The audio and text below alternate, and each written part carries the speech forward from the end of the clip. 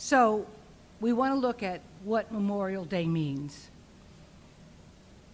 It has been said that tomorrow, the official Memorial Day, be the most expensive holiday on the calendar. And we ask, why is that?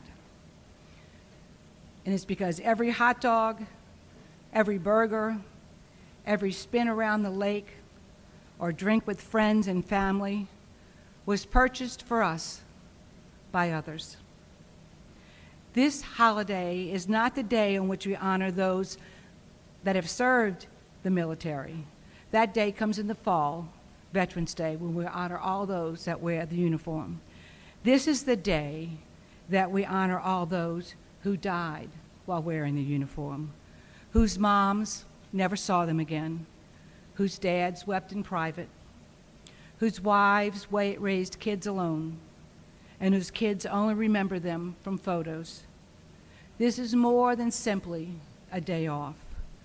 It's a day to remember that others paid for every free breath that we take.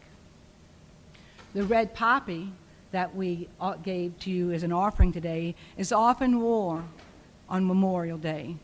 It's a tradition that started back in World War I and was inspired by the Canadian soldier John McCrae's poem in Flanders Fields, written in 1915. I'm going to read it to you. In Flanders Fields.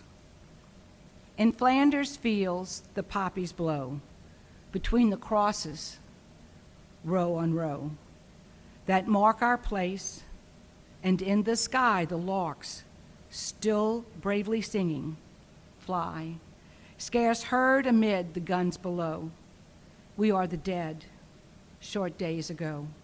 We lived, felt dawn, saw sunset glow, loved and were loved, and now we lie in Flanders Fields. Take up our quarrel with the foe. To you from failing hands we throw the torch. Be yours to hold it high. If you break faith with us who die, we shall not sleep, though poppies grow in Flanders Fields. Now the poppy's use as a symbol in the U.S. was first inspired by an American woman, Moana Michael, who in 1918 wrote the poem, We Shall Keep the Faith. It was in response to McCrae's poem in 1915 and dedicated the rest of her life to getting the red poppy emblem recognized by governments worldwide as a symbol of honoring the fallen. And I think she did a pretty good job of that. But here's her poem, We Shall Keep the Faith.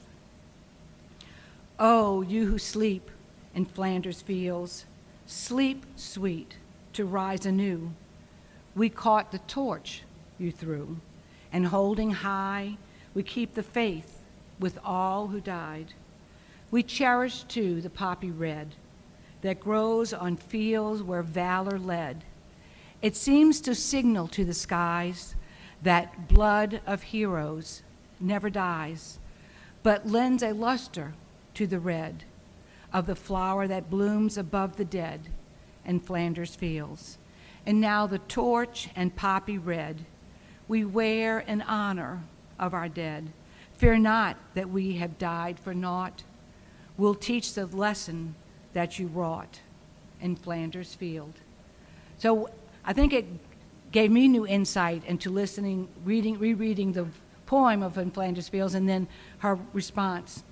The origins of Memorial Day go all the way back to the Civil War, which claimed the lives of over 600,000 soldiers.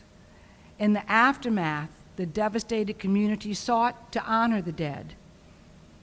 The commemoration caught on across the nation and eventually expanded the honor from fallen soldiers from all wars, not just the Civil War.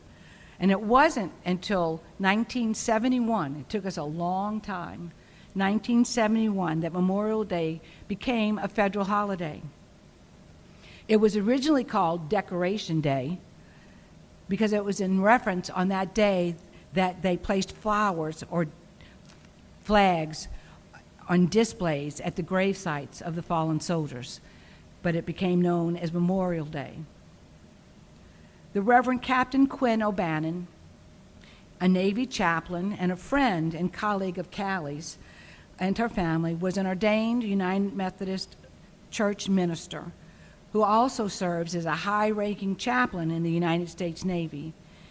He served as the chaplain of the 2nd Marine Expeditionary Force Information Group, and before his full-time military chaplaincy, he served in local congregations at the Louisiana Annual Conference, including roles as associate pastor at Broadmoor in Baton Rouge, and in his own words, we can be reminded of the true meaning of Memorial Day. He writes, "This is what Memorial Day weekend and Memorial Day is all about. It's not about barbecues, camping, parties, and store sales. It is the remembrance of those who paid the ultimate sacrifice with their lives, serving and fighting for our great country. May all the men and women who gave their lives for us to be free now rest in peace. They are not just numbers or statistics. Many of those fallen soldiers had children who will grow up without a mother or father to come watch their ball games, attend their graduations, or walk them down the aisle. Many of those losses also represent the grieving parents who grow old, never knowing what their precious son or daughter would have become. This is their day too. Let us remember that we have spent the last 2 decades sending a whole generation off to war. Many of them will spend the rest of their lives dealing with the consequences of those decisions. Perhaps all the other days of the year should belong to them as well.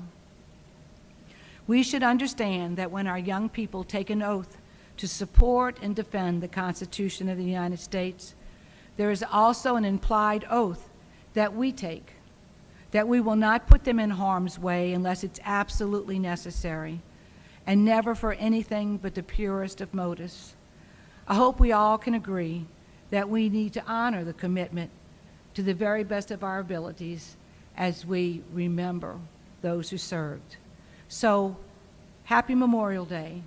Happy Memorial Day, America. Enjoy your day off, but always remember that it came with a cost. Amen.